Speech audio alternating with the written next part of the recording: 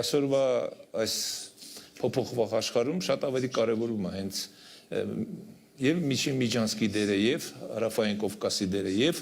նոր լոգիստիկ հնարավորությունների դերը շատ ավելի կարևորում են։ Եվ այս առումով մեր տարածաշրջանի ավելի կարևոր նշանակություն է ստանալու թեկուզև եւ Եվրոմիության համար, եվրոպական երկրների համար, ինչու՞ չէ նաեւ հեռավոր արևելքի երկրների համար։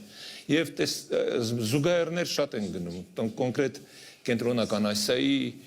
հնարավորությունները արդեն սկսում են շատ ինտենսիվ օգտագործել Ադրբեջանը տարիներ շարունակ ապահովել է տրանզիտ հնարավորություններ, ինքը ակտիվ մասնակցում է։ Հիմա Հայաստանն է հնարավորություն ստանալու այլ ընտրանք է, որտեղ մարդկանց բիզնեսին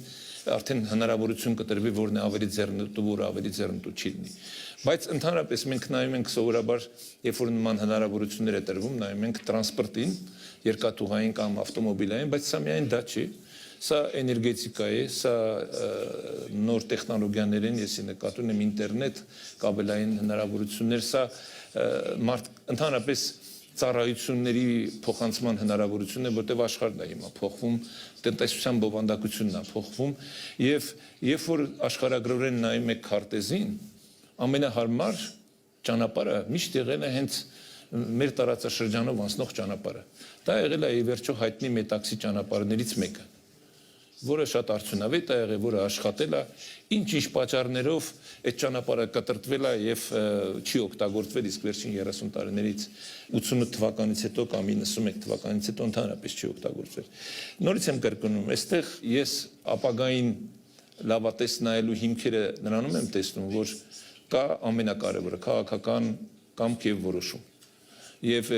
մենք պետք է կարողանանք այս շարունակականությունը ապահովել։ Եվ դիվանագիտական հարաբերությունների հաստատումը Ադրբեջանի հետ, դիվանագիտական հարաբերությունների հաստատումը Թուրքիայի հետ, դրանք լավագույն նպաստող գործոններն են լինելու։ Եվ մի բաներ կա, որ մենք անպայման պետք է անենք մեր ժողովուրդների, մեր քաղաքացիներին, պիտի տրամադրենք մասնակից դառնալ այս գործընթացներին։ Սա մի աշխատանք է, որը պահանջում է ժամանակ։ Եթե նախագահ եւ վարչապետը երկու երկրների ղեկավարները կարողացան ընդամենը շատ կարճ ժամանակում, որտեղ իրականում կարճ ժամանակ, մեր ասենք 2 տարվա ընթացքում հիմնական սկզբունքների շուրջ համաձայնության գալ, այս ամենը մեր հասարակություններից պահանջելը ճիշտ չի, որովհետեւ մարդկանց պետք է իր մեջ այդ հաղթահարեն այն խնդիրները, որոնք արհեստականորեն կամ բնականորեն կան։ Եվ ես հույս ունեմ, որ մենք երկու երկրներս եւ Ադրբեջանը եւ Հայաստանը այս ուղղությամբ աշխատում ենք եւ կշարունակենք աշխատել եւ մեր քաղաքացիներին, մեր հասարակությանը իսկապես մասնակից կդարձնենք մեր սկսած նախաձեռնած խաղաղության հարատեվությանը։